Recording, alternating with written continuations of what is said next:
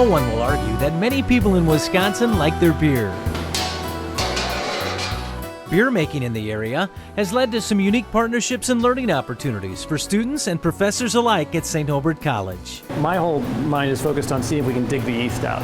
Kevin Cullen, Deputy Director of the Neville Public Museum in Green Bay, reached out to St. Norbert Associate Professor of Biology David Honeycutt and student Alex Hupke to conduct an experiment on a bottle of beer.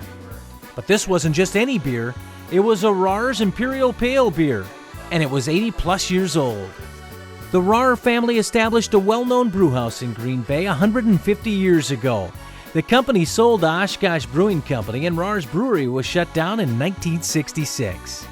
The goal of the experiment was to pop the top of the old beer and see if they could find some live yeast strain, with hopes of replicating the beer exactly the way it was brewed in the mid-1930s.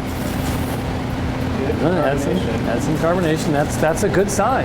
Over the last 3 years, I've begun to teach a class called the Neville Cellar Series, which is where we create historic recipes for the public to learn how to brew beer and then take it home with them. So it's interesting from a brewing standpoint, and from a biology standpoint, I'm interested to see how similar is this yeast strain, if we can get it to modern common brewing yeasts, because they're at this point, they've been bred to have very specific characteristics. We don't know about this one. We didn't have the kind of molecular technology back in the 30s that we do now, so it's kind of it's a shrug. People are like, what's it going to be like? I don't know. Although the controls and lack of contamination suggest the experimental procedures worked well, no live yeast strain was found. But it's not every day you get to sample an 80-plus-year-old beer. Here we go. You know, it was better than I thought. I was expecting to, force it, but it tasted old. The hops had sort of faded. There was a lot of roundness to it, but the malt was well balanced. It was a tasty beer. This wasn't the first time Alex Hupke was a part of a beer experiment. In fact, the senior is interning with Hinterland Brewery in Green Bay. It's really interesting. I actually go to the brewery like maybe once or twice a week, depending on how much they're brewing, and I collect beer samples from their bright beer tanks, mainly.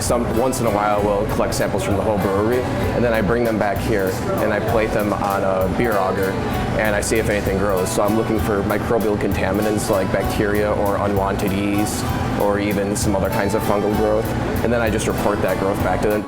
The collaboration discussion with Hinterland began in 2013, and by the fall of 2015, a formal internship program was in place. What is that partnership, what does that mean to you here at Hinterland? Well, first of all, it means, number one, we have a savings. It's a great partnership for us and for St. Norbert. We can send them samples, and not only is it helping them train and teach future lab techs and future scientists, but it also gives us the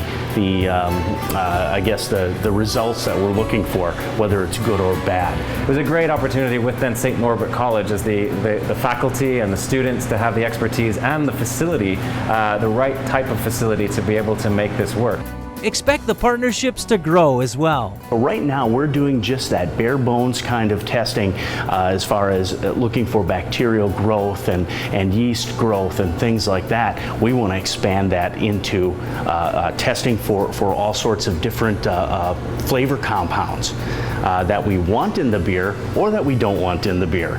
For Hupke, the experience has been invaluable and one that will benefit him in the future, whether it be in med school or graduate school. Just getting my laboratory fundamentals down, like aseptic technique, culturing things, making media, autoclaving, like all those like basic lab techniques that'll be useful pretty much anywhere you go for grad school in any area of research. With St. Norbert College home to the state-of-the-art Gail Mova Science Center, Professor Honeycutt says that in the future, the possibility of similar partnerships with other companies exists. I'm Mike Counter reporting for St. Norbert College.